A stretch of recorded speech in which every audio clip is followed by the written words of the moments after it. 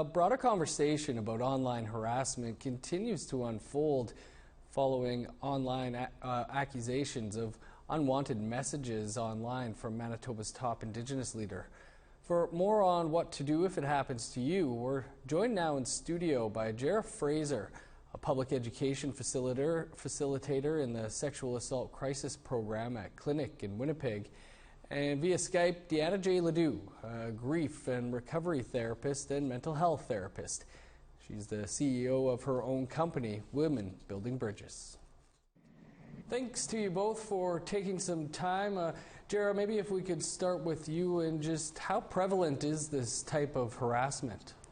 So it's actually extremely prevalent when we think about a more trauma-informed kind of definition of sexualized violence, which really includes not only sexual assault that has an element of touch, but sexual assault that also includes harassment and experiences that can elicit a sexual assault trauma response that necessarily don't include touch. So when we broaden our understanding to include all of those pieces, it's quite gendered and it's quite prevalent in terms of anything that's unwanted or uninvited, and really makes the person on the receiving end uncomfortable or fearful, or at times elicit those trauma responses we see with any kind of sexualized violence.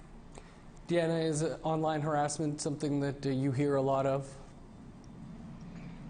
I hear about this almost daily from peers, from friends, other friends on social media, and it's really prevalent in not only First Nations societies, but in every society.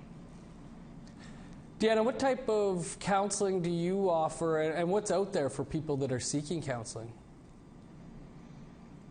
For people that have been affected by harassment via social media, there's all types of counseling. The First Nations can access therapy through their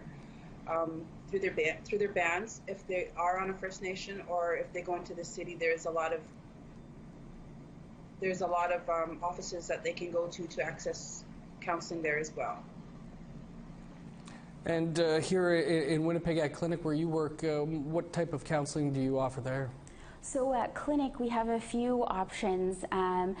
It's no cost and no referral, so folks can access our sexual assault crisis counseling lines 24/7 and speak to someone if they themselves have been affected by sexual violence, including sexual harassment, and also for loved ones or secondary survivors, folks who might be responding to disclosures or supporting someone who's also going through this and seeking the right fit in terms of their own healing. So we have the telephone lines, which is a crisis response, so 24/7.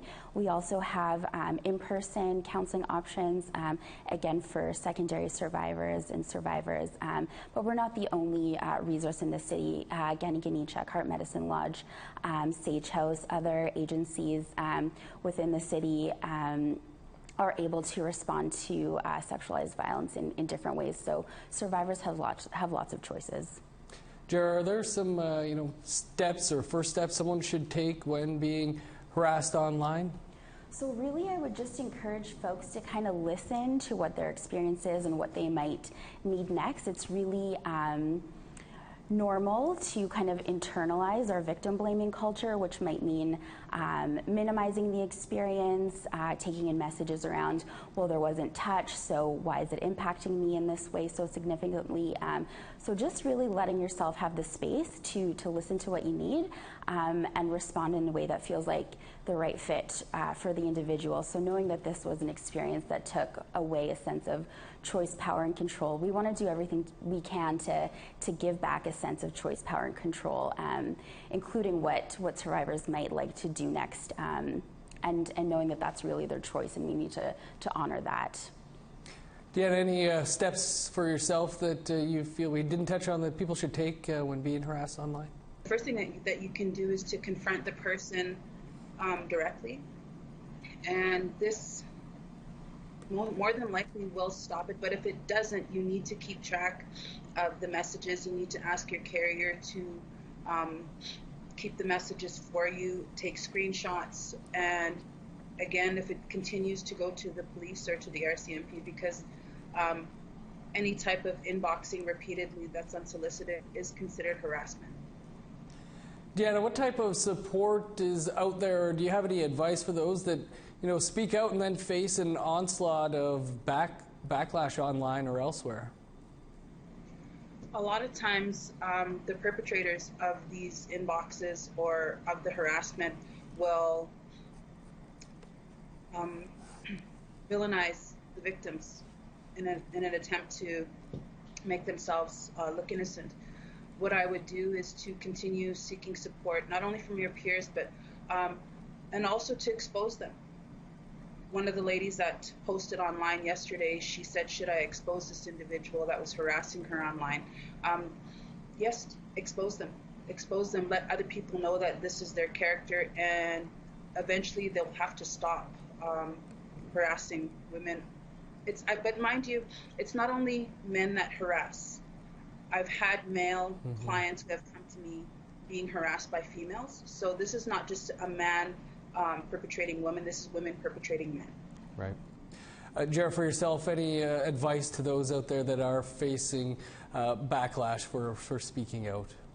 I think I would just encourage survivors to trust themselves and to know what they need and to seek out what feels like the right fit for them, as these are all really personal and individual decisions in terms of reporting options, healing options, counseling options, and just talking to someone who can help you unpack that can be really meaningful in of itself.